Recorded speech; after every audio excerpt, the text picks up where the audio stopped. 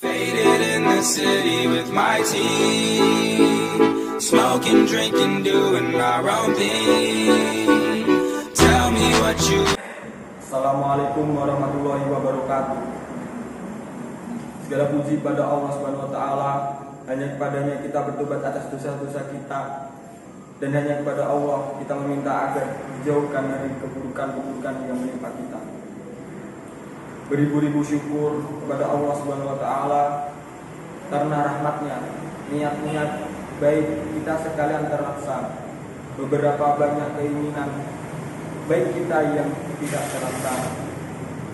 Beberapa banyak impian yang kita ukir dalam benak kita tapi tidak bisa kita capai. Maka kebaikan yang kita dapatkan saat ini murni karena Allah Subhanahu wa taala. Semoga diri yang datang ke sini merupakan suatu petunjuk Allah Subhanahu wa taala.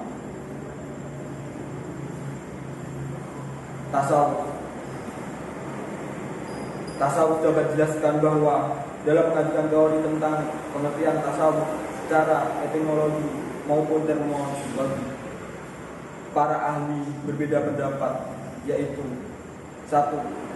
Tasawuf yang dikonotasikan dengan ahlu sunnah, yang berarti sekelompok orang yang pada masa Rasulullah yang hidupnya banyak diisi dengan banyak berdiam di serambi-serambi masjid, dan mereka mengabdikan hidupnya kepada Allah Subhanahu wa taala. Yang kedua, ada yang mengatakan tasawuf itu berasal dari kata safa. Lafaz tersebut terbentuk fi'il mabni majhul sehingga menjadi ismi mulhaq dengan huruf ya, nisbah yang berarti nama bagi orang-orang yang bersih atau suci. Maksudnya adalah orang-orang yang menyucikan dirinya di hadapan Tuhannya. Yang ketiga, istilah tasawuf berasal dari kata saf. Maka tasawuf ini dinisbahkan kepada orang-orang yang ketika sholat selalu berada di saf yang paling depan. 4. Pendapat lain mengatakan istilah tasawuf disebahkan kepada orang-orang Bani Suffah secara istilah, sebagaimana yang dijelaskan dalam makalah. Pengertian secara istilah tentang tasawuf dalam hal ini para ahli juga memiliki pendapat masing-masing. Di antaranya, menurut Al-Jur'aini, ketika ditanya tentang tasawuf, Al-Jur'aini menjawab, masuk dalam segala budi atau akhlak yang mulia dan keluar dari budi pekerti yang rendah. Menurut Al-Junaidi, tasawuf ialah kesadaran bahwa yang hak Allah adalah yang mematikanmu dan yang menghidupkanmu. Yang ketiga, menurut Muhammad Ali Hasan, tasawuf adalah akhlak mulia yang timbul pada waktu mulia dari seorang yang mulia di tengah-tengah kaum yang mulia pula. Yang keempat, menurut Ibnu Khaldun, tasawuf semacam ilmu syariat yang timbul kemudian di dalam agama. Asalnya adalah tekun beribadah, memutuskan pertalian terhadap sesuatu kecuali Allah, hanya menghadapnya dan menolak perhiasan dunia. Selain itu, membenci perkara yang selalu memperdaya banyak orang, sekaligus menjauhi kelezatan harta dan kemegahan tambahan pula. Tasawuf juga menyendiri menuju jalan Tuhan dalam halwat dan ibadah. Bahasan yang kedua, etika. Pengertian etika sebagaimana penjelasan dari ini Misbah Kudri yang saya kutip, bahwasanya etika sebagaimana halnya dengan istilah yang menyangkut ilmiah lainnya, yaitu berasal dari Yunani kuno atau itas, Kata etos dalam bentuk tanggal mempunyai banyak arti. Tempat tinggal yang biasa, pada umum, kadang, kebiasaan, adat, akhlak, watak, perasaan, sikap, dan cara berpikir. Dalam bentuk jumat atau taeta yang berarti adat kebiasaan, dan arti inilah yang menjadi latar belakang terbentuknya istilah etika oleh filsuf besar Yunani Aristoteles. Sudah dipakai sebagai filsafat moral. Etika merupakan teori matang perbuatan mana dilihat dari baik dan buruk, baik atau buruk yang mengandung juga tiga pengertian. Satu, pengertian atau norma yang menjadi pegangan orang dalam mengatur tingkah laku. Dua, kumpulan asas atau nilai moral. Tiga, ilmu tentang baik atau buruk. Etika juga memiliki tiga posisi, yakni etika, sistem nilai, kode etik, dan filsafat moral. Satu, sistem nilai.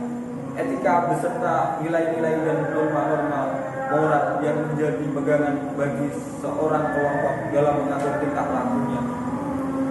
Dua, kode etik. Etika berarti asas atau moral atau nilai moral. Contoh kode etik dalam jurnalistik, kedokteran. Tiga, filsafat moral memiliki kedudukan sebagai ilmu, bukan sebagai ajaran. Yang ketiga, moral. Moral yang dikutip dari Maurice B. Metcalfe. Moral berasal dari bahasa Latin, yaitu jamak dari mos, yang berarti adat kebiasaan. Dalam bahasa Indonesia, moral diartikan susila. Moral artinya sesuai dengan ide-ide umum yang diterima tentang tindakan manusia yang baik dan wajar, sesuai dengan ukuran tindakannya, oleh umum diterima meliputi kesatuan sosial atau lingkungan tertentu. Moralitas juga terbagi menjadi dua, yaitu objektif dan subjektif. Satu, moralitas objektif adalah moralitas yang diterapkan pada perbuatan sebagai perbuatan terlepas dari modifikasi kehendak dari perilakunya.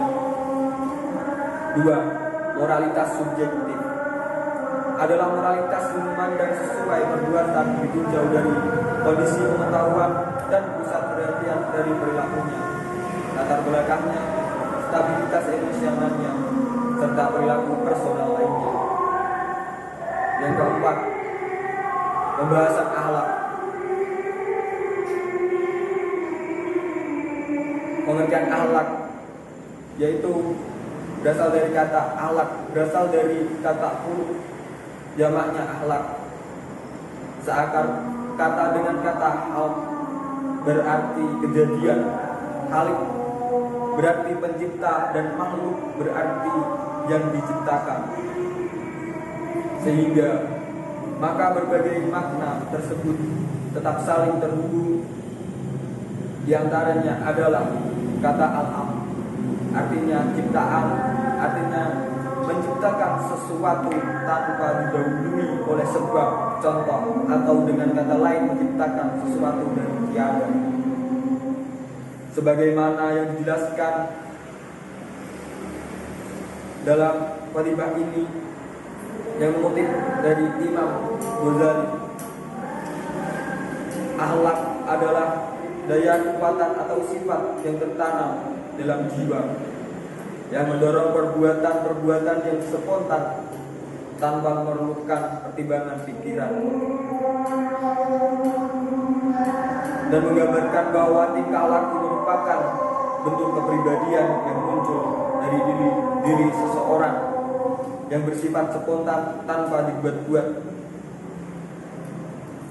Jika menurut agama atau pandangan agama, maka tindakan itu dinamakan akhlak yang baik.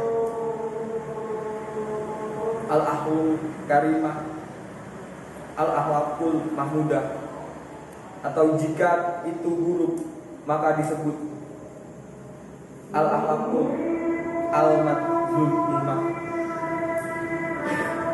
Dan hubungan akhlak dan tasawuf, hubungan antara akhlak dan tasawuf sangatlah erat, bisa dikaitkan dua seperti mata uang.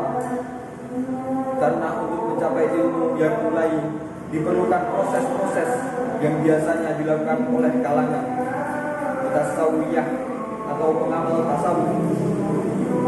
Sementara yang terpenting dalam tasawuf adalah pencapaian akhlak yang mulia di samping hal-hal yang terkait dalam kebutuhan. Apa yang dilakukan kalangan tasawufiyah akhirnya akan membuahkan pada akhlak mulia. Namun demikian, tidak semua kajian dan pengalaman tasawuf masuk ke bidang akhlak. Tasawuf memfokuskan pada dataran tazkiyah al-nafs atau penyucian jiwa, membersihkan diri dari sifat madhumah atau tercela, dan menghiasi akhlak dengan akhlak mahmudah. Ilmu tasawuf pada umumnya dibagi menjadi tiga. Pertama, tasawuf filsafat, yakni tasawuf yang menggunakan pendekatan rasio atau akal pikiran. Yang kedua, tasawuf model ini menggunakan bahan-bahan kajian atau pemikiran dari para tasawuf, baik menyangkut filsafat tentang Tuhan, manusia, dan sebagainya. Kedua, tasawuf akhlaki, yakni tasawuf yang menggunakan pendekatan akhlak. Tahap-tahapnya terdiri dari takhali atau mengosongkan diri dari akhlak yang buruk.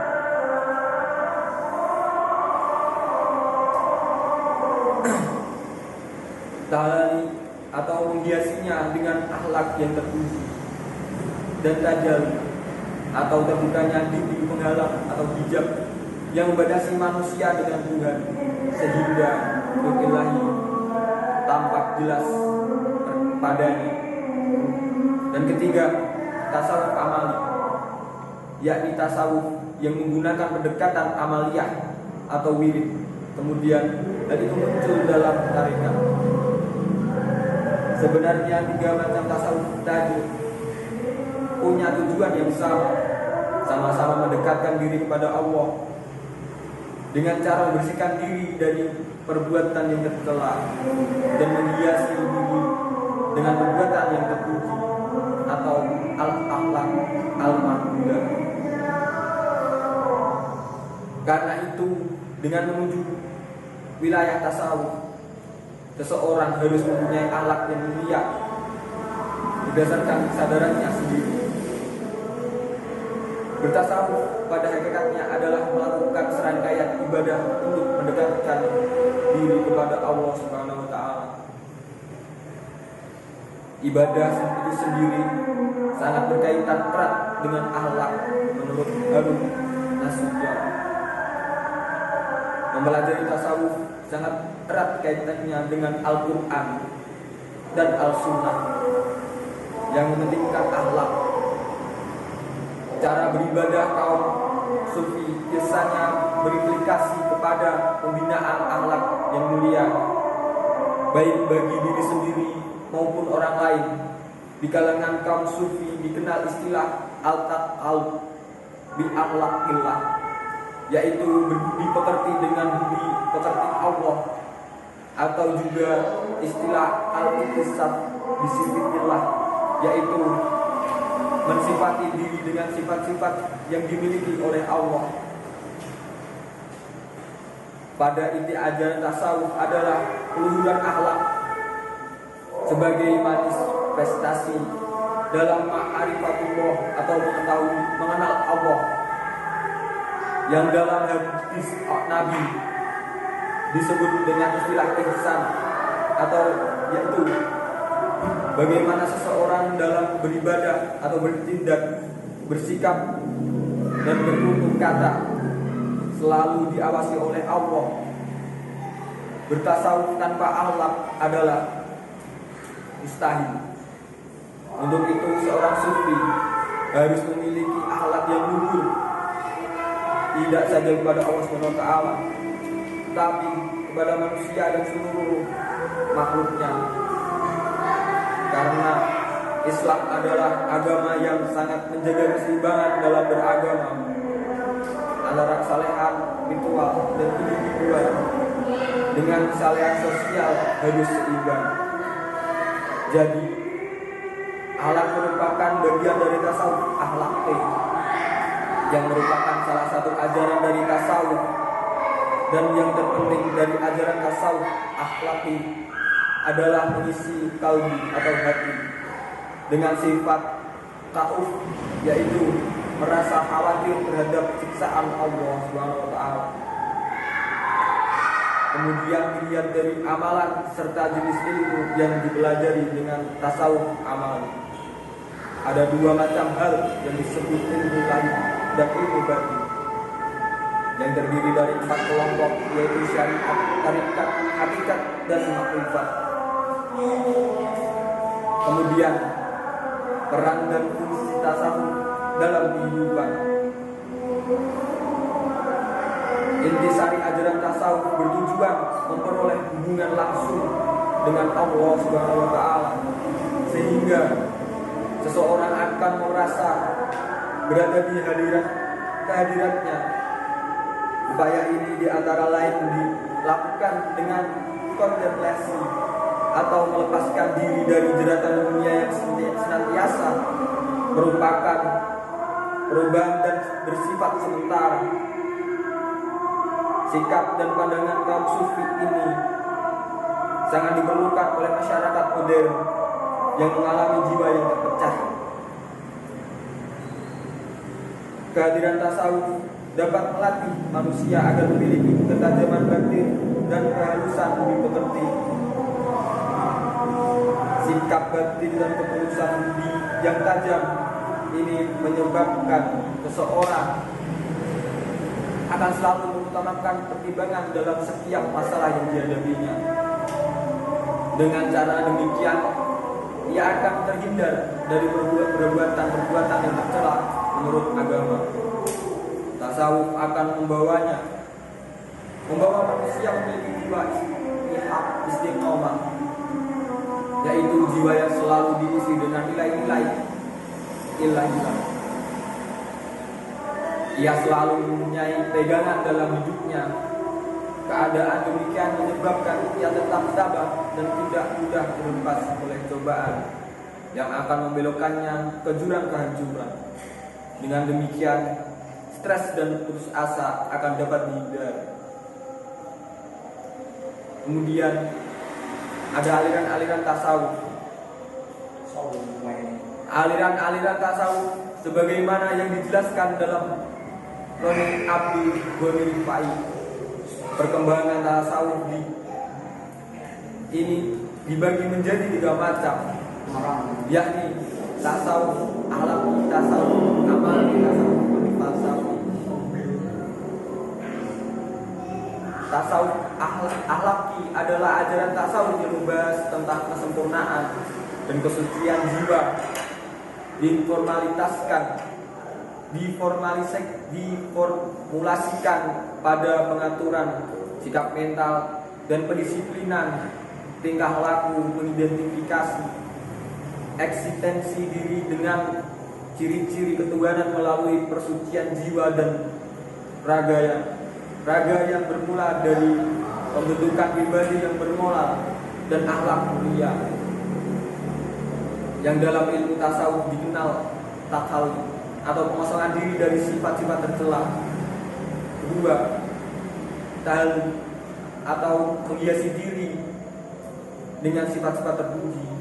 Dan yang ketiga, tajalli atau terungkapnya nur gaib dari hati yang telah berhasil sehingga mampu menangkap cahaya ketuhanan. Yang kedua, tasawuf amali adalah sesuatu yang membahas tentang bagaimana cara mendekatkan diri kepada Allah Subhanahu wa taala. Untuk berada dekat pada Allah, seorang sufi harus menempuh jalan yang berisi stasiun yang disebut maqamat atau tahapan serta keleadaan jiwa. Yang ketiga, tasawuf falsafi, yaitu tasawuf yang ajaran-ajarannya memadukan antara visi intuitif dan visi rasional. Metode pendekatannya kepada segi teoritis sehingga dalam konsep-konsep tasawuf falsafi lebih mengedepankan asas rasio dengan pendekatan-pendekatan filosofis. Orang-orang yang pertama memberikan perhatian kepada tumbuhnya aliran-aliran yang tasawuf Islam itu adalah Fakhrudin Al-Razi. Secara garis besar, alam pemikiran tasawuf dalam Islam telah melahirkan aliran besar. Aliran itu adalah aliran ittihad atau bersatunya manusia dengan Tuhan. Yang kedua, aliran ulul atau inkarnasi. Yang ketiga, aliran istishal. Yang keempat, aliran ulul malamah atau celaan. Aliran yang kelima, aliran wahdatul wujud atau panteisme. Yang keenam, aliran usul sunnah. As-sunnah ialah jalan yang ditempuh atau cara pelaksanaan suatu amalan baik itu dalam perkara kebaikan maupun perkara kejelekan. Maka as-sunnah yang dimaksud dalam istilah ahlus sunnah ialah jalan yang ditempuh dan dilaksanakan oleh Rasulullah SAW serta para sahabat beliau. Dengan pengertian ahlus sunnah ialah orang-orang yang berupaya memahami dan mengamalkan as-sunnah an-nabawiyyah serta menyebarkan dan membelanya.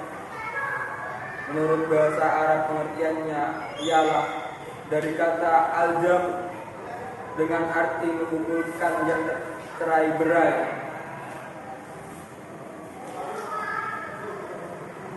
Istilah ahlus sunnah yang paling tua pernah dicatat adalah berasal dari kata-kata Ibnu Sirin, seorang tabib yang hidup di zaman akhir pemerintahan Muawiyah dan awal pemerintahan Yazid bin Muawiyah. Ibnu Sirin hidup pada tahun 33 Hijriah sampai 110 Hijriah.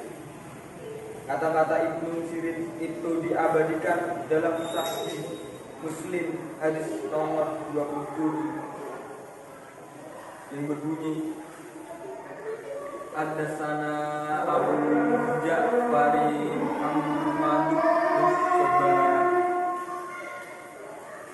Haddatsana Ismail ibnu Zakaria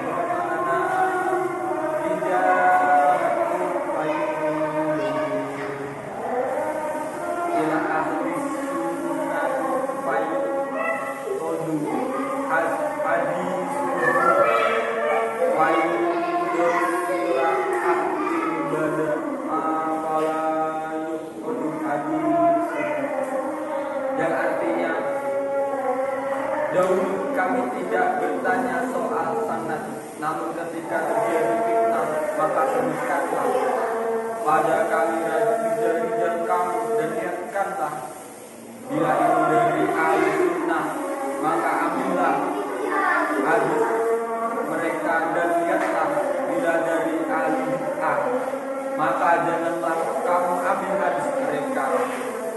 Walaupun asal kata al-sunnah di sini adalah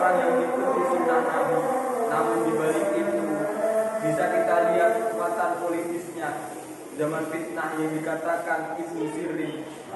Tentunya apa yang dia lihat dari politik Muawiyah melawan Al-Musa.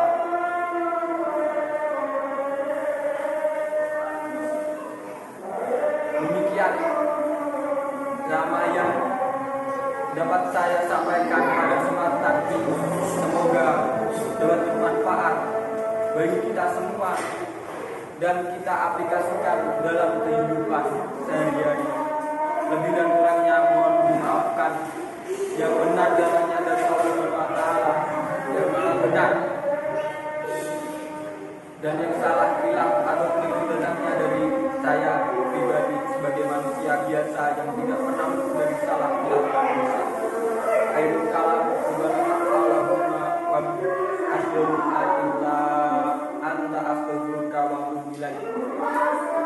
Wallahu muwaffiq ila al-tawfiq.